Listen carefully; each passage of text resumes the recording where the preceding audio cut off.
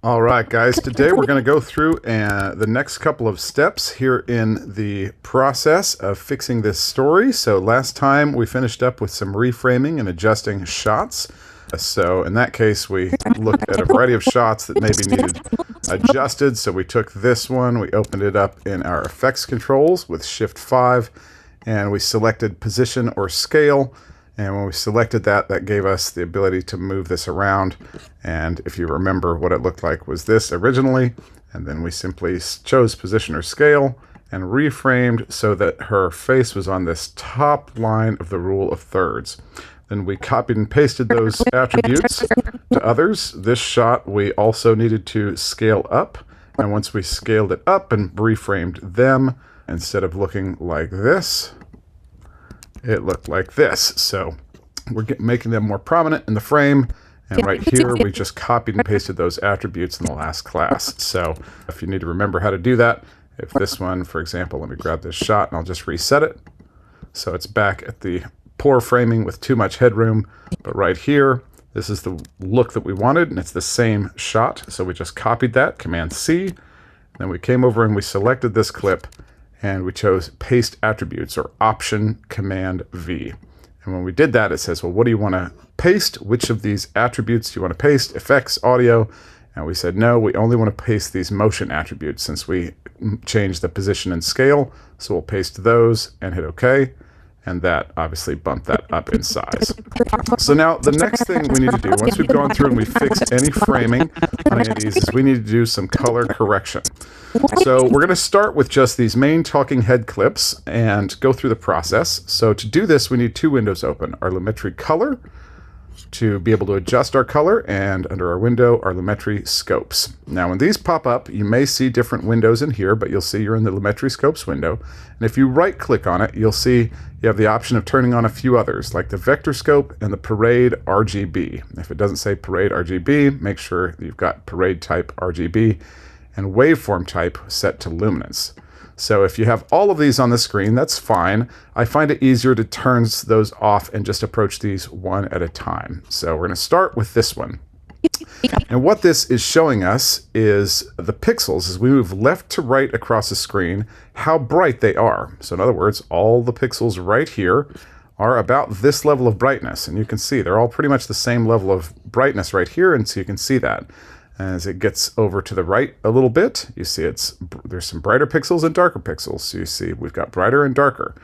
And then as we get to the windows, you can see they're completely blown out. So they're all the way up here at 100. So 100 is what we call the broadcast legal for brightness, and 0 for darkness. So in this case, you can see it cannot get any brighter. So as we just move left to right, if you scroll through, you'll kind of see where she is at. You can see she's moving a little bit here. So you can see these pixels changing in brightness as she moves. And so the first step of color correction is to set the brights to bright and the darks to dark. So I'm going to switch over to our instructions here. And we've opened up our Lumetri Scopes. We've established that 100 is video white, and 0 would be video black, the darkest thing we can see. So what we want to do is make sure the image is balanced, and we're going to start by just going through and saying, is there anything on this screen that should be pure bright? Typically that would only be something like a light bulb or the sun, something that should be really bright. In this case, we've got these windows that are, obviously they've lost all detail. And so how do we adjust that? Well, over here in our Lumetri Color, you have several different sections here: basic correction, creative, and you can toggle them open and close with this little arrow. And so when we're in here, we could try auto. Auto oftentimes does not work though, but I could hit auto so you can see what happens. And with it selected, when I hit auto, you noticed a few things changed. So it brought those bright parts down a little bit, but it also brought all the darkest parts down all the way to black. So that made some of these things, these little shadows, completely black, which unless they are in pitch darkness, they should not be completely black, because that just means that there's no color left, there's no detail left, they're just pure black. So I'm going to undo that, and you can see the difference. So as we went with that auto, it made the dark parts even darker, bring them down to 0, but it also brought the brights down a little bit. So real quick, let's just look at some of the adjustments we can make. I'm going to have to pull this over just a little bit so I can see it.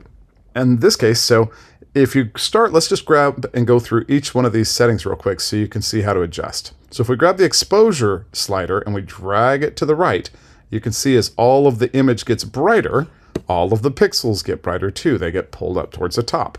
If we pull the exposure to the left, everything gets darker, and suddenly the image is darker too. If we double click on the little icon, it'll reset it to 0.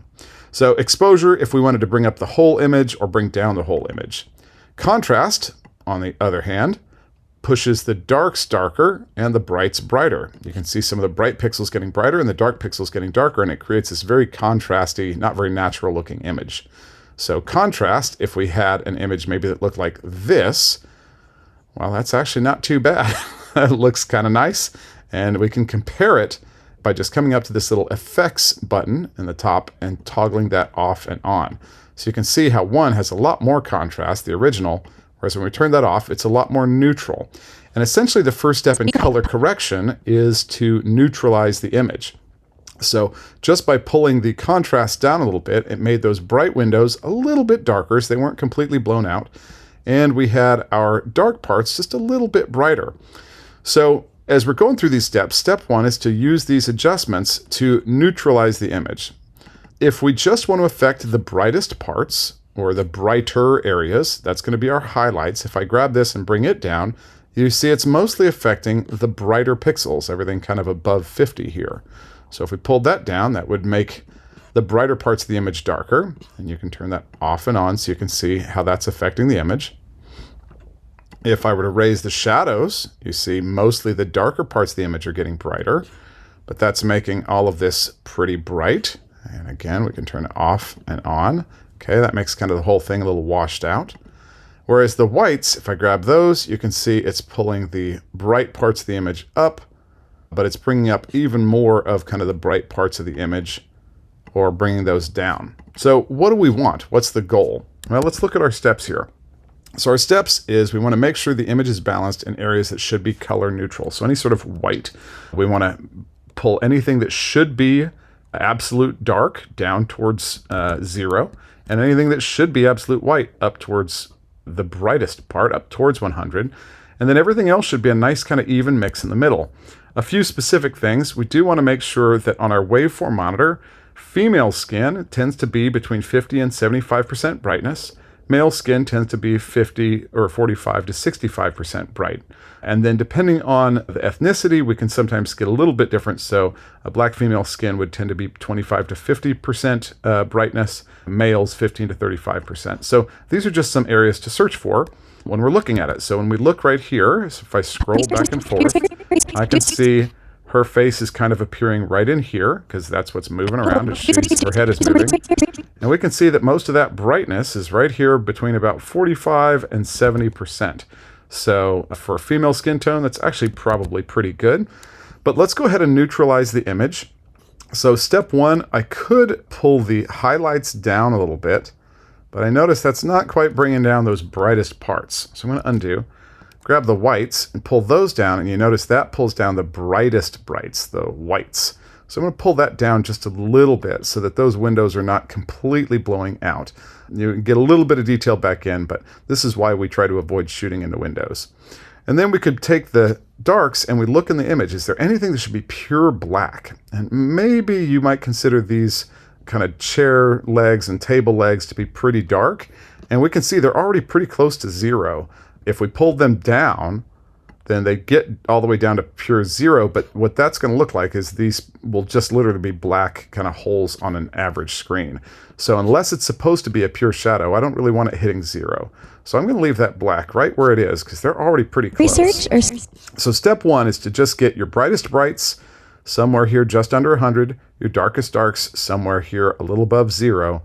And then the rest of it we can look at and kind of make a decision. So in this case, if we see her face is no brighter than 70, and if we want to actually confirm that, we can actually go in to our effect controls, come down to our opacity, and we're going to use a little pen tool to create a quick mask. So I clicked on opacity, I clicked on the pen, and I'm just going to go and like draw a little mask around her face. I'm just clicking to put these points in place so there's only her face left on it. And now when I switch back to my Lumetri scopes, I can really just see just her. And I can see that most of those pixels, the bulk of them are kind of right here between about 45 and 50. Now, if I wanted it to come up a little bit, I could push those highlights just a little bit higher until kind of the brightest part is there in that 75 to 50% range. So I just pulled the highlights up a little bit, which brought that up. And I could come back to my effect controls and I can then delete this mask. So I'll just click on the word mask and hit delete. And we can see we've got a pretty bright image here. So we've got a good brightness on her skin. Now, obviously we could adjust a variety of these to get that effect. One thing I'd like to do is maybe reduce the contrast a little bit. It's very kind of hyped looking. So if we're trying to color correct it, then we just need to go for a more neutral sort of color. So I'm going to try grabbing the contrast and pulling this to the left just a little bit so that the darks aren't quite as dark and the brights aren't quite as bright. And you see that as I pull that to the left, that's pulling all of the values towards the center. So it's making it just a little bit more even and not quite as big a difference between the bright brights and the dark darks. So I'm going to toggle it off and on. There's the original, and here's the corrected one where it looks a little more natural, not quite as movie-like. So that's giving us a nice even grading point to start with. So this is what I would want to go through, and of course I could copy and paste that attribute to other scenes, but let's do a few more. I'm going to come to this next one, and here I can see, wow, a lot of really dark parts in the image, and it looks like a dark image. We've got a few parts that are super bright. So in this case, let's just try pulling the contrast to the left, because that'll bring the brightest parts down and bring the darker parts up. So as I pull this to the left, you can see that neutralizes this image quite a bit. We got back a little bit of detail up here. You can actually see some of the detail in this artwork. And if I click the effects button, you see that now we've lost some of that detail and some of these parts are pretty dark. If I click on the effects, now that's neutralized it a little bit more. Maybe I want to bring down the highlights or the whites just a little bit more to see if I can get some more detail back, since these are still so close to 100. Let's try pulling down the brightest stuff with the whites. So I'm going to grab the whites and pull that down. You notice if I pull it down a lot, all of a sudden we've got a little bit more detail there. Maybe I don't need to pull it down quite that much. I still want those lights on it, but they're not supposed to be light bulbs. Those are pieces of art on the wall. So I'm going to bring it down to somewhere about 90 so we get some of that detail. And again, you can see the image is less extreme and way less dark now, because we look at it and we say there's nothing in here that's supposed to be pure black. There's no super deep shadows. She is wearing a black shirt, and we've got a black shirt here. So we pulled those shadows up just a little bit until those are more detailed, so we can actually see some of those dark colors. So here's where we started, super dark, and now we're more neutralized. Now, if we wanted to copy and paste that over to the next one, no problem. We know how to do that. I'm going to select it and copy, come to this next one, select it, and Option Command V to paste our attributes. And when we bring this up, we've already pasted the motion attributes, so we can leave that checked and we'll just paste them again, or we can turn that off if we have made changes to the first one, and that way it wouldn't paste the motion attributes again. But now I'm going to leave on Lumetri Color, so I'm just going to say, yes, go ahead and paste the Lumetri Color setting onto this and hit OK. And now I can see that this shot matches this shot. We've neutralized the image. And that is going to let us go in and adjust things like saturation and color balance after this. So typically what I want to do when I'm going through and doing my color correction is step one, I want to come through and just analyze each clip. Now, I've turned on a little setting here, and if you have not yet, then I want you to pause and go through and try to do those first couple of steps so that you can rewind and rewatch this if you need to, because we're neutralizing these strong brightness imbalances. So I'm going to go to this next clip and do that one real quick. One thing I like to do is make sure that all of my tracks have their track targeting turned on. So I've turned these on, and then under my sequence, I have selection follows playhead turned on. So it is checked. And here's why. When that's checked, if I put my mouse right here, it automatically selects, the selection follows the playhead. It selects whatever clip is on the highest selected or targeted track. So right now that's this one, so it automatically selected it. I didn't even have to click it for it to automatically show up here in my effect controls or in my scopes. That's just the one I'm seeing right off the bat. So when I hover over this next one, Well, now, of course, it didn't work. There we go. So as I scroll through now, it's automatically selecting this clip. That's what comes up in the effect controls. You can even see it named right here. If we were to zoom in a little bit. ALB 7476. So you can see that that automatically comes up here without me clicking it. So in this case, I'm going to look at my Lumetri scopes and let's see, is there anything in here that's supposed to be pure white? No, but I can see a few dots of pure white, probably these computer screens. So maybe let's go to our whites and bring those down just a bit so they're not losing all their detail. But there's also no pure blacks in this, so we don't see anything down here at 0. So that feels pretty good.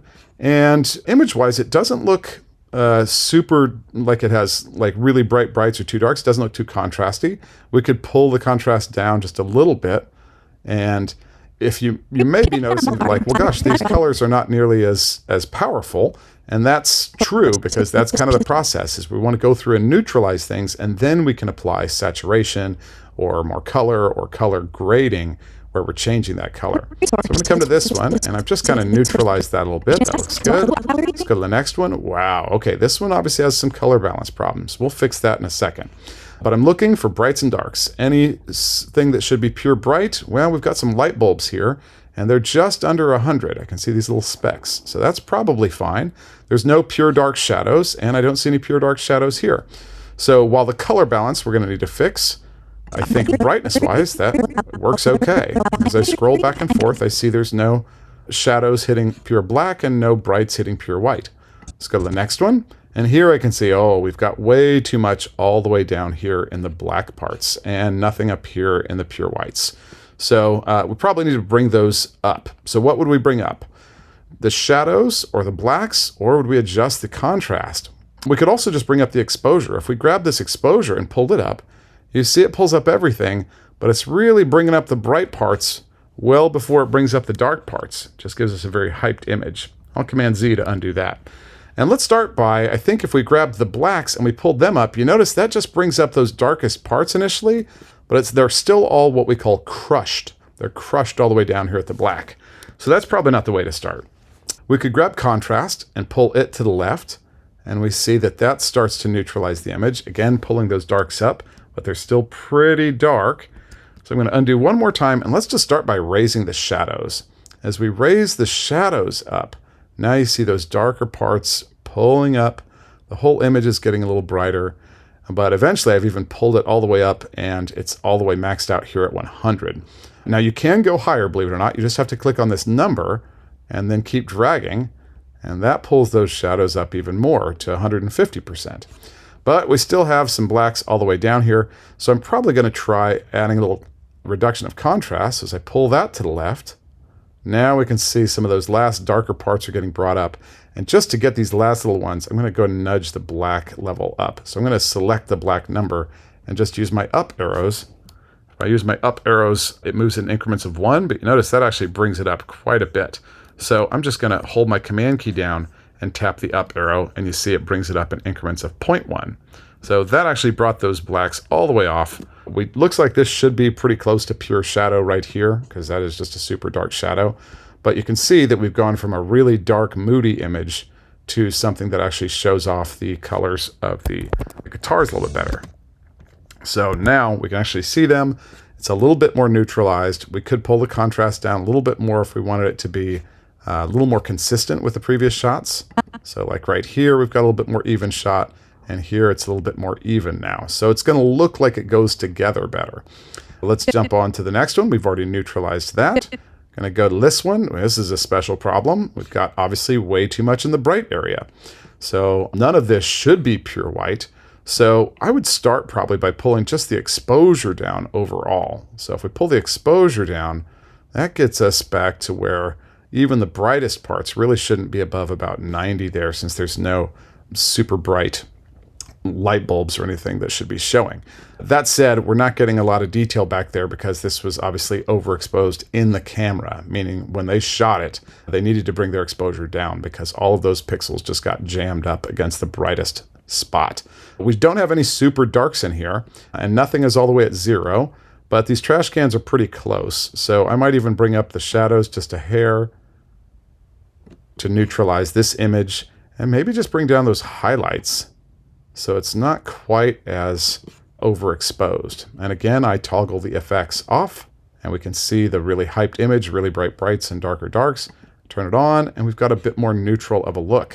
So we're just going to scroll through and do every image just like this. So I just select the next one, look at the overall image. This one looks like it's overall a little too dark. There's nothing really bright. And in fact, her face, remember, we're looking for that 50 to 75% brightness. And as I see her face kind of hovering in here, her face might be a little bright, but all of these areas are definitely probably too dark. So let's start by maybe trying to reduce the contrast just a little bit. And that pulls all of the pixels a little bit more towards the center. And you can see that that has flattened it out. Now, if you're watching this and going, well, gosh, that's just kind of making it too flat. Again, that's another step we're going to tackle here in a second. We're going to bring these shadows up a little bit more. And now it looks like a little bit more balanced image instead of quite so hyped, where it's got bright brights and dark darks. Now it's a little bit more neutral. Now, if we see any more images of the same thing, here we see a bunch of these, and there's obviously no pure blacks or pure whites in here, but you can see everything is definitely pretty dark. So let's try just bringing the overall exposure up a little bit, push those a little more towards the center so we can see them. We could also bring the contrast down a little so that the differences are not quite so intense. And that's looking better. Going to come to this one. We just got a white page, although we'll fix the color balance in a second. Maybe I'm going to pull this contrast down a little bit, maybe brighten it. There's no hard and fast rule for these things. We just want to kind of get them a little bit more even and towards the center without the extreme brights and darks, unless that's what the image has. So in this case, everything we can see is kind of on the darker side. So maybe we pull up the shadows a little bit here, and that makes everything a little bit brighter and more neutral. There are some light bulbs in here, so conceivably some of this should be a little bit brighter, but these are all about 90s, so I feel like that's probably pretty good. If I brought the overall exposure up a little bit, that gets us closer. Maybe bring the highlights down so that we don't have those highlights overexposed. We can see our dark image and our brighter image. So we're just going to go through each of these and real quickly kind of make those adjustments. Again, are there any too bright or too dark? Well, maybe. This is a little bit hyped. So let's grab maybe the contrast, pull everything a little bit more towards the center. Since there's no pure blacks or pure whites. And that's a little bit better. This is actually fairly well balanced, although that white shirt is definitely being exposed really a little bit much. So let's try just bringing down our highlights first. Maybe our whites just a little bit more, so that shirt isn't overexposed. And then I feel like the blacks are already kind of sitting in a good spot. His hair color is kind of down here in this darker area. His skin tone, we're going to need to adjust, but we're going to need to remove this blue color look. But do remember in this case, we've made an adjustment to one, but I can see that there's a through edit here that we don't want. So I'm going to zoom in on this and blow this up just a little bit, because otherwise I'd have to color correct this half of the clip exactly the same as this half, which we could do, but if I just keep them as one clip, which I can do by selecting that edit point and either right-clicking and choosing Join Through Edits, and now they both are going to all just be one clip with the same color correction, or I could also simply select that edit point and hit Delete, and that will remove the through edit. So your task is to go through and apply these same color correction steps. So here's another one. I've got some light bulbs, and they're pretty close to 100. Maybe I'm just going to pull the contrast to bring those down just a little bit and raise that black screen up just a little bit as well. I like the contrast, just lets us pull it in towards the center a little. Maybe push the shadows up just a little bit more so it's also neutral. Right here, we can see overall the whole image is just a little dark except for this one bright part. So I could raise the shadows to brighten that up a little bit. Maybe raise the black level just a hair. Let's do that at I'm going to hold the command key down and bring that black level up. Since there's no pure black shadows in here, nothing should be all the way down at 0. So now we're getting to where we've got a little bit more neutral image that we'll be able to go back and color correct. So take your time, go through each one, Ask yourself, is there too big a difference? Well, number one, is there anything that's supposed to be pure white up here between 90 and 100? Is there anything that's supposed to be pure black? And then we're going to adjust our light settings to be able to balance that out. So in this case, this one's not bad, but maybe I'm going to reduce the contrast a little bit so it's just a little bit more flat, and go through and kind of do the same thing. In this case, it all looks like the low end is a little bit dark. So let's maybe either push up the shadows, make it a little bit brighter, maybe reduce the contrast a hair. And then the next step, yeah, we can see a lot of the same problems. Let's just try raising the overall exposure here initially, but then maybe pulling the contrast down to pull those shadows up, and then maybe just push the shadows up a little bit more. And looks like that took care of most of it. Maybe the blacks right here are still just a hair low. So let me Command up arrow, bring those blacks up off the ground. And there's the original, and here's our cleaned up one. So you're going to follow those steps to go through and neutralize all of your images first. You can see something like this. It's just way too dark. So let's pull the exposure up. But we got some bright lights here that are getting overexposed. Let's try pulling down the highlights. Maybe the whites to get those off of the ceiling. And maybe shouldn't overexpose that. Let's pull that down just a little. And maybe pull the contrast so that we can see a little bit more overall brightness, and then raise the shadows. And we can see we go from a very dark and moody image to something where we can actually see what's happening in the scene. So go through and follow those steps. Adjust if everything needs an adjustment. Try pushing the exposure up. If things need to be flattened out a little bit, let's pull the contrast towards the center.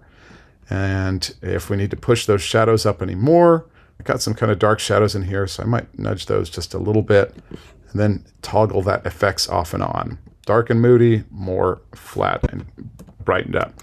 So it shouldn't take too long, but it takes a little bit of practice to get through the steps.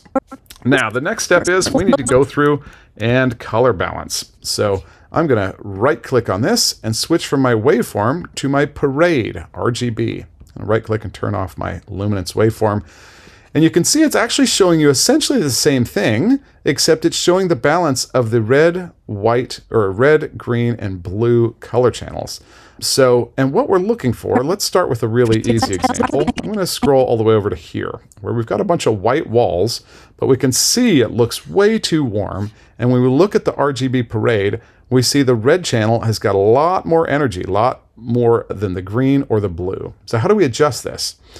Well, we're going to adjust the color balance with our settings right here, our temperature and our tint. And the easiest way to do this is just, let's select this clip. Oh, and here I can see what, got to be careful.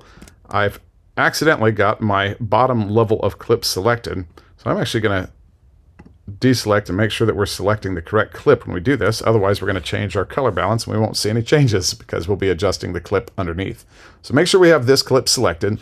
And let's see what happens. When I grab this temperature slider, if I drag it towards the right, you see the red energy goes up, the blue comes down, and the green is somewhere in the middle.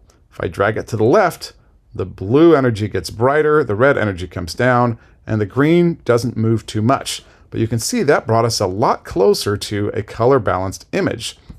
So by grabbing this and pulling it to the left, it pushed up those blues, pulled down the reds, and gave us a much more balanced image. Now this image has a lot of reddish flooring, kind of orange, very warm. So we see that as we've pulled that down, we got a lot closer to a balanced image here, but we still have maybe a little bit of an imbalance. So what else can we do? Well, if we were to grab like this tint, if we drag it towards the right, you see that that reduces the green while pushing up the red and the blue, giving us a magenta look. If I pull it towards the left, you see the green goes up while the red and blue go down. So this allows us to rebalance those colors, but you can see it's very easy to take something too magenta or too green. So I'm going to double click on that to set it back to the center. So just by pulling the temperature to the left, we already color balance this a lot better. Now we can try something here, and that is to use our white balance eyedropper. So if I click on this, now I have an eyedropper, and I can come out and click on something that's supposed to be pure white. So when I click on it, you see sometimes it gets it right and sometimes not. In this case, It's definitely better than it was, but it is not great. So I can try a couple things. I could click on it and drag around until those walls look white to me. And you see that's getting a much more even balance of red, green, and blue. So that's telling us, okay, now we're getting closer, because if it was perfectly white, we would see an even red, green, and blue. Now, since we've got a variety of colors here, I'm just looking for my eyeball to say, yes, those look like white walls now. So I've kind of balanced that out just mostly with pulling the temperature to the left and adjusting this tint until my white walls look white again. Now, if I come right here, let's come to the clip right before this, we also have some white areas, and we can see this kind of white area that goes all around here. But we can see there's definitely an imbalance. The red is low, the green is higher, and the blue is highest. So what do we adjust? Well, step one, I'd try to get the reds and the blues closer to even. So I'd grab this, and as I pull it to the right, the blue comes down, the red goes up, and when they're about even with the green, what we're seeing in kind of these patterns here, we see all of a sudden we've got a bit, it has less of a color cast. It's more white, natural white. If I hit the effects, now we can actually see, you should be able to toggle that off and on and see when you've got the higher blue that it actually has a little bit of a blue tint. And now it's closer to white. Now it still looks like it might have just a hair more red to me, so I could continue to grab this and maybe pull that down until they're more even. And the green is actually pretty consistent even with them, but if I wanted to adjust that even more, I could grab this and adjust that until that red, green, and blue are kind of dead on. And now I can see the bluer tinted white when I'm not doing anything, or if I toggle the effects back off or back on, now I can see that that white is balanced. That's feeling good. Okay, let's come to the next one. And here I'm kind of looking for anything that might be white. So as I move left to right, there's kind of some white area right here, this plaque. And I can see the red, green, and blue and kind of that energy. It looks like the blue is a little bit lower than the green, and the red's a little bit hotter. So let's pull the red down a smidge. As I pull this to the left, kind of match up those patterns to where now we've got an even amount of red, green, and blue. If I toggle it off, there's our original, and on. So this is looking better. All right, so I'm going to come in here and let's make sure that this is white balanced. So I'm going to go to hers, her first clip. She's already white balanced. Let's come to this next clip. And it looks pretty good too. Maybe there's a little bit more red, it looks like, than the green and the blue. So maybe we grab our temperature and we pull it to the left just slightly until the red, green, and blue line up. And we can see that that looks closer to white. There's the original, and here's this one. So we're making good progress. So I'm just going to scroll through and looking for anything that's white. And this is maybe the closest thing to white, and I can already see that those are pretty evenly matched, red, green, and blue. Come to the next clip. Now there's not anything obviously white in here, but I can see that there's a fairly even amount of red, green, and blue. So we don't have any strong color cast in this one. Next clip, we can kind of see the same thing, although in this case we could just copy our color correction from here to here. Now here's something you need to be aware of. If I wanted to copy this color correction from here to here, I've already copied the color correction earlier when we did our light adjustments.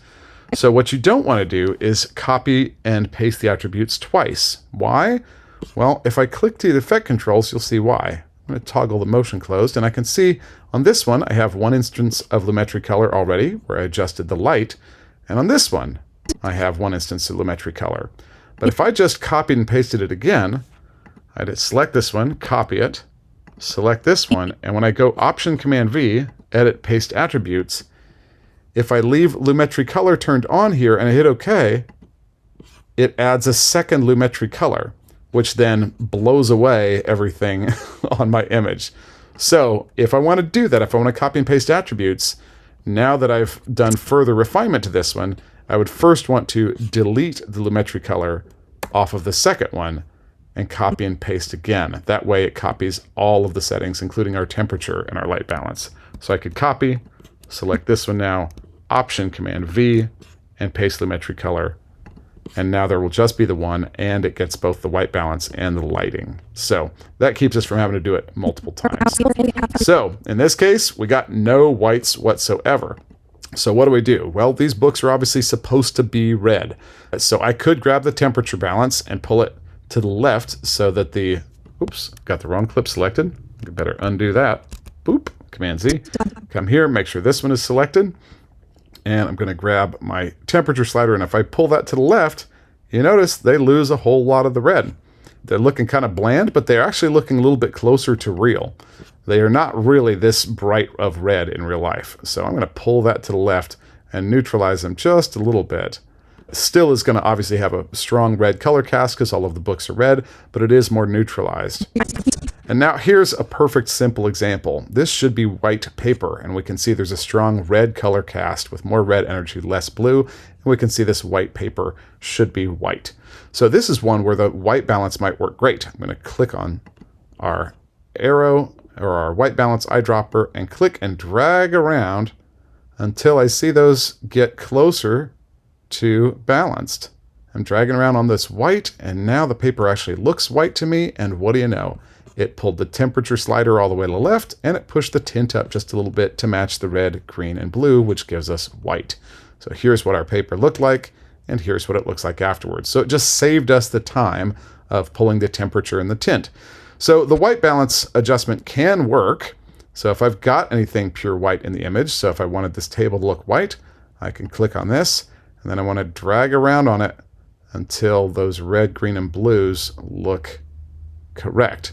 Now, one way to know what I'm seeing here is this black line shows up right here in the middle of these. So this is like 3 waveforms squashed in side to side. So you still read them the same left to right, but I can see that that table is probably right after that, and now that table is more balanced, red, green, and blue.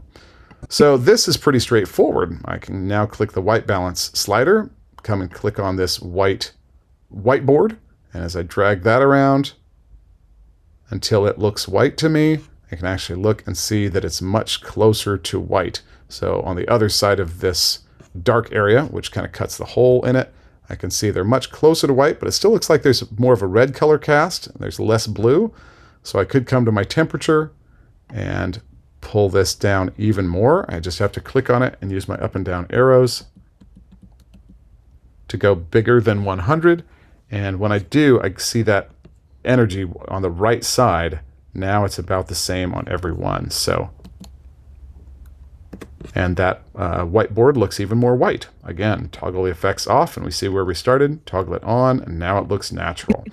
So same thing, we'll do one more here, and you're going to go through and do this for every clip, but I can see that there's a strong blue color cast, and I can see that here in his shirt as well, and his skin even looks blue because there's blue daylight coming in. Let's try using our white balance and click and drag around until we see that energy get a little bit more even where all these bright parts are. Now it's not as obvious because we've got a fair amount of brightness still kind of pushing up, but if you toggle it off and on, you should see a bright blue color cast, and now it's down a little bit closer. Now in this case, it looks a little yellow to me, so I could grab my tint and try to adjust these until it looks a little closer to even, and I can see a nice white color balance. So all of this can be done either manually by grabbing our sliders. I pull this towards the left so that this wall starts to look a little white. I see the red energy come down and the blue energy go up. And I can see this wall on both sides of the computer monitor. So here's the white wall. And now I can see the red and the green are pretty matched. The blue is still a little low.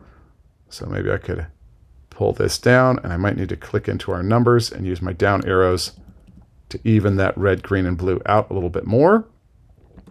Although it looks like the green is a little high now. And so in that case, I'll take my tint and I want to push it away from green or up towards magenta. So as I start to go up, you see that brings the red down or the green down and pushes the blue and reds up. And now that wall looks really white. When I turn this effects off, that's where we started. And that's because the camera was not color balanced to the correct internal light setting. As a result, everything looks off. So you're going to go through these. This one looks pretty good, maybe a little bit too much blue. So let's pull the blue down a little bit. And that gives us a more neutral look. Let's check these in between. Ooh, this one looks pretty dark. So I don't think we got quite through to the color balance section here. And if you want to have both turned on, you can certainly have the waveform turned on, and we could make adjustments like reducing the contrast, raising the shadows to brighten this image up. There's no perfectly bright lights except for right there, and we can see those.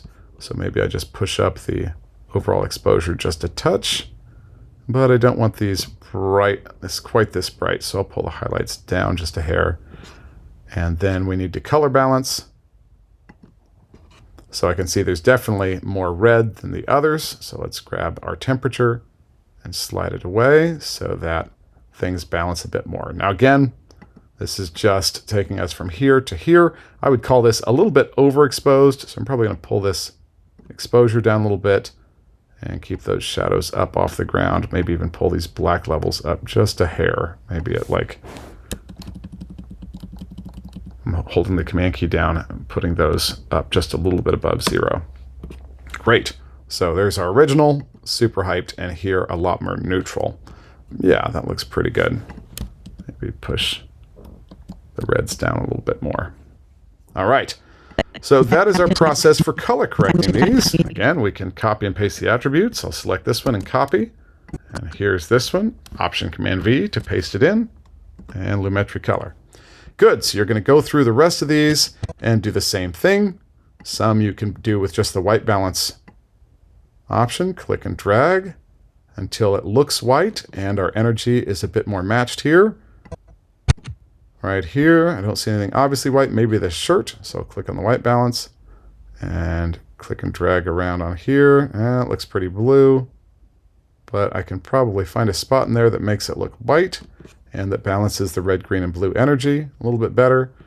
Still need to go through and do our color correction steps on those. Here's one that should be easy to white balance. Click on this white slider or the white eyedropper and drag around until we get a more even red, green, and blue, and the whites look white. All right, so now we're in a good spot. I'm going to paste the color correction on that. And so we're going to go through and you're going to do that to every one of these. Now the last one is how do we make it look good and not super flat? Well, once we've adjusted our color balance and our vector scope so that we've got all of our, or once we've adjusted our color balance with our waveform once we've adjusted our brightness with our waveform and our color balance with our RGB parade, finally we need to check our vector scope. So let's turn this one off and open up the vector scope, and I'm going to turn off the RGB parade. What the vector scope shows us is how much energy there is in any given direction. So we've got a lot of red pixels in this image. We've got some magenta, some blue. Well, there's obviously a strong cast towards blue, between blue and cyan. And so what we're wanting to do is a couple of things. One, we need to make sure their skin tones actually look like skin tones. So in this case, her skin looks natural to me, looks normal. But if I want to be double sure, I'm going to go to my effect controls, grab this little mask again, and just click around her face.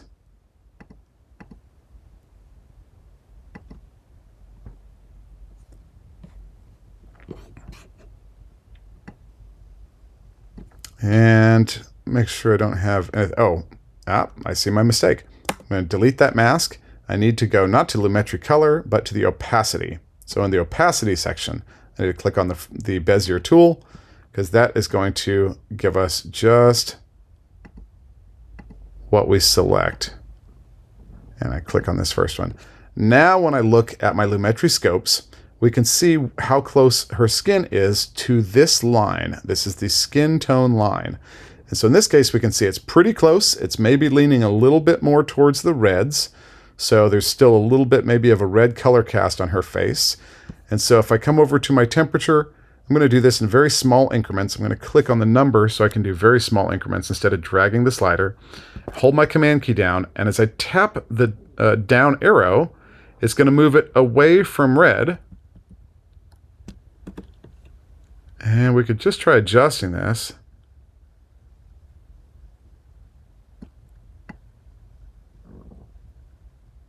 To where her skin tone is matching up a little bit more naturally on that skin tone line. So that is, since that's her face, I've grabbed the tint and the temperature. Now let's see if that worked. I'm going to go to Effect Controls, select that mask, and turn it off. And in this case, we've got a little bit more natural of a skin tone, especially for those lighting conditions. So, but in our case, we can simply go through, and I'm going to use my vector scope to make sure that all of my saturations are similar. So right here, I can see that I'm making it about 50% of the way to this outer kind of hexagon. In that case, this is what we would call the broadcast legal or broadcast safe saturation values. We can adjust that saturation with the saturation slider. So you can tell if I pull the saturation slider, grab yours and pull it all the way to the left, you see all of the pixels moving towards the center, and ultimately the colors are not saturated at all. If you pull it all the way to the right, the colors get all the way out here towards almost Wes Anderson territory where they're super saturated, and that doesn't look natural either. So what should we be going for? Well, let's look at our instructions. We're looking at female skin tones should be about 40% saturated, male skin tones somewhere maybe 35% saturated. And so if I look at this, if I were to go back and have that mask on, I can see that overall the colors are here somewhere around 40% of the way, 40 to 50% of the way to that line. They're not all the way out there. They're not 75% or 90%. That would look extremely saturated.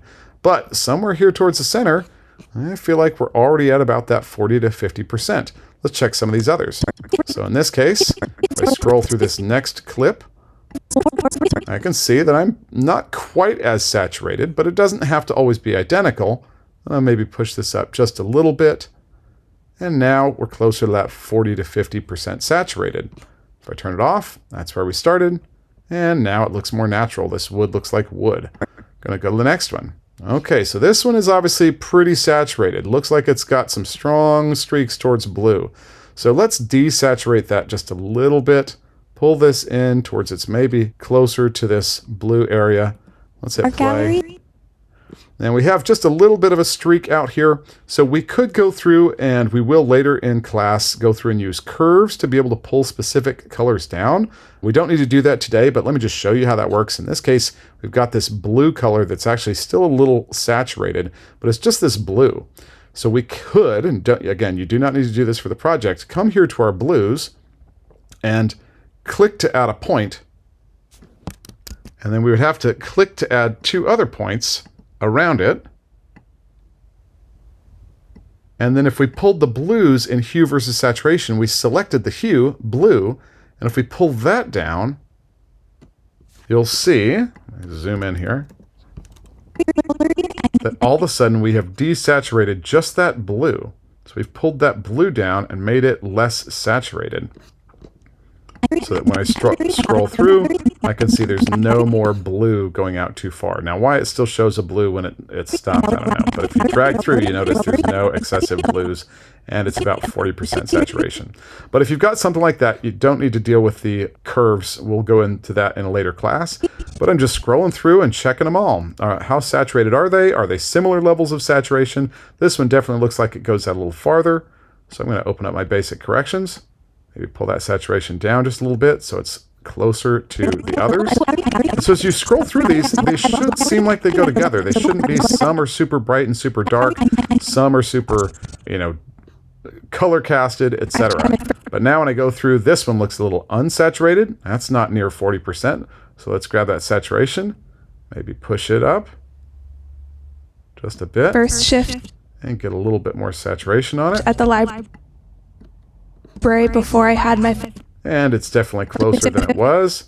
But we know that we already used that over here. So I could either copy and paste attributes, or I could simply note that this is 127.5 on my saturation. Come over here and just paste that number in. So that's giving us a little bit better saturation. Right here, it looks like it's already about halfway saturated. And this one is looking pretty saturated, about the same amount. This one's pretty saturated, although maybe just a little too far. So I'm going to pull the saturation down just a little bit. The librarian. Good. And right here, not a lot of saturation to be had, but it looks pretty close. And so I'm just rolling through and kind of adjusting the saturation so that they're more similar. so that we don't have some that are saturated and others unsaturated. And you can see now that these images are all getting a lot better. This one looks a little too saturated. So I'm going to pull this in just a little ways, and it's going to look even compared to the other. Notice there's not a huge jump in saturation. Just to compare, you can see the saturation and color are all very similar in these. If I were to come through and turn this off so we can see what they originally look like, I'm just going to hit this effects so I don't lose it. Let's see what they look like here. Scores and like books about music. Super saturated, bad white What balance, bad services does the exposure. library provide for students? We have 4 Dark with some study rooms just kind of dark that are overall, available to students. unsaturated, super red balanced. So I'm going to fix that, turn that one back on, and fix this. So that's our steps. We go through in 3 steps. This one, again, pretty saturated, probably this red color that's making it too saturated. Pull that in just a hair so it's closer to that same amount. So the key thing is that you go with the saturation level that kind of follows these instructions, but also that they're just similar to one another. If you have one shot that's super saturated and one that's not, that's going to look not right. It's going to look a little goofy. So in this case, and if we've got some outliers, then later in class we will use things like our curves to go in and specifically select certain colors. So if I say, well, I've got some blue in here that's too blue, I could select that blue, put some points around it, and pull that down, and that will desaturate that blue. So as I drag, it reduces that just a little bit. So, but in our case, we're just going to go through and keep tweaking, adjusting saturation. This one could use a little bit more. And there we get a little bit natural skin color back. This one is already pretty well saturated. This one, we just want to use the same color from here. So the saturation was 129. Come in here and change that to 129. So it's the same saturation level. See some color come back in their face. This one's definitely too saturated. We can see it there, and the colors just look super hyped. So make sure you have the right clip selected. Let's pull that saturation back towards the middle, and now it matches the shots that are around it. So that is our approach to color correction, and if you do that, you're going to have a nice, evenly balanced video that doesn't look like it's jumping between a variety of different looks and styles. And we're going to be in a much better place. So once we have applied our color correction and then now the steps of adjusting our balance, we could go through and add more colors or a specific look if we wanted. And let's look at this last step, stabilizing footage. So when looking at these, how do we kind of stabilize some of these things? So The this Bunch first shot, Library holds 4 it's floors not of bad. resources. It's a little wobbly. I'm going to go to my effects window. Shift 7 will open up our effects window, and I'm going to look for the warp stabilizer and drag and drop that onto this clip. Now you see we get a red line above it that says that it's working essentially. And when I hit Bunch play, Library holds 4 you'll floors. notice instead of having that same wobble that we had, now it's just smoothly panning down. So that feels Library better. holds 4 floors of resources for student success. Beautiful. As Now, the one last thing, so adding that warp stabilizer, even with the default settings of smoothing the motion rather than eliminating the motion, we don't want to eliminate motion because it's a panning shot. Smoothness 50% is typically going to give you a nice, gentle amount of smoothing without it being over stabilizing, which can sometimes introduce weird warbly sort of effects. And I've also just left the default stabilize it, but then you notice it's actually zoomed in just a little bit here to hide some of that stabilization that's happening around the edges. The one thing I would say, when we're working on our shots, I also want to make sure they start and end at a good place. So it's good when they start with action. Bunch So Library here it's holds already 4 moving. floors of But I resources notice for when I get student to the end, success, as we've well got like a shot of a banister, which is not what we want. Now I like where this clip starts and ends in terms of video, but what I don't want is I don't want to end with a big shot of a banister here. So what I want to do is just slip this shot. So to do that, we're going to come over to our tools, and underneath our ripple edit tool, if you click and hold down, you see we've got ripple edit, rolling edit, rate stretch. So those are all useful, but 2 more down, we've got the slip tool, the slip and the slide tool. If I switch to the slip tool, the shortcut is Y. Then when I click on the clip, it leaves where it starts and ends, but when I drag left and right, you notice it's going to start at a different part of the clip. So if I drag to the left, Now it's going to start on this frame and end on this frame. So we're barely getting to the banister instead of spending a lot of time in it. So I'm just dragging the clip over. And now when I hit play, The Bunch Library holds 4 says floors it's of analyzing. resources for student success, but you notice we as don't have well a as a whole Lou Art long Gallery. time in the banister. Now we could drag it the other way, and then we're going to spend a lot more time in the banister because now we're seeing the end of the clip. You notice we get to the banister and like it's on screen for way too long. So I'm just going to use my slip and drag it to the right. Now, while it's analyzing, or if it says it needs to analyze, just come back to my warp stabilizer and click Analyze. And it's doing that, stabilizing, and then we see that color turns yellow. So now it can play The back Bunch in real Library time. holds 4 floors of color resources corrected, for it's student more stable, success, as well as a Lou And we Art don't have a Gallery long and banister shot.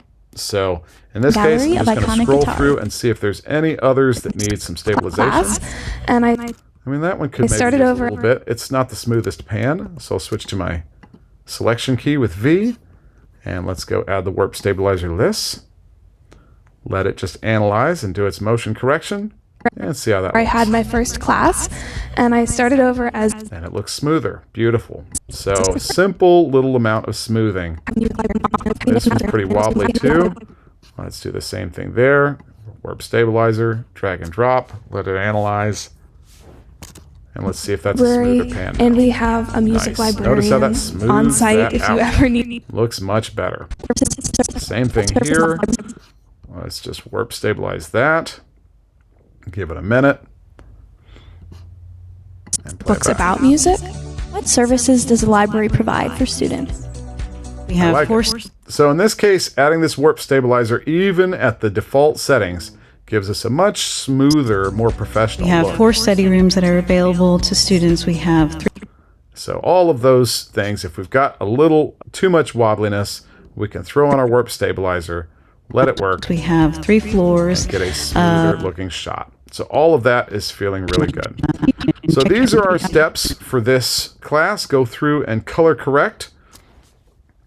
Go through each of the 3 steps using your vectors, your waveform first to establish your brightness and your dark. Use your RGB parade to balance your reds, greens, and blues to get a neutral color cast, and then go through and use your vector scope to make sure that all of your clips are similar amounts of saturation, so that it doesn't look and DVDs. out of control when you're moving from one to the next. So, and finally, any shots that need a little bit of stabilization, drag and drop that warp stabilizer onto them, and we'll go through some deeper settings on it in the future, but for now, that's going to take us a long way towards having a much more professional looking, color balanced image on all of our project. So you need to go through everything before now, just as a quick double check. We went through and we organized all of our files into bins. So I'm going to quickly go through and reset this. Go back to my, after it finishes saving, I'm going to go back to my, as soon as it finishes saving, we're going to go through and just double check the things that we were supposed to do so far. And of course, Premiere may or may not want to do that right now. So I'm going to save, get the happy spinning pinwheel of death, and everything else that we already covered in class. Synchronizing all of your audio, making sure that everything lines up perfectly for lip sync. We balanced all of our audio channels. We used the auto match to get our dialogue at a negative 12 dB average. We used some of the essential sound panel to reduce plosives, like reduce rumble. And then we have made sure that the overall music and sound effects balance was hitting negative 12, and we added a short cross dissolve to all of our clips. Then we added our music. We used our ducking settings to make sure that the music turned up when the speakers are not speaking and turned down when they are. We've reframed and adjusted our shots that are not following the rule of thirds, and we copied and pasted those attributes. And then finally, we went through our color correction and stabilizing footage. We're not going to get to graphics today because that's going to be plenty of work for you to do, but we can finish that up next class. All right. Hopefully that was helpful. And whenever Premiere stops crashing here, I look forward to seeing you next class.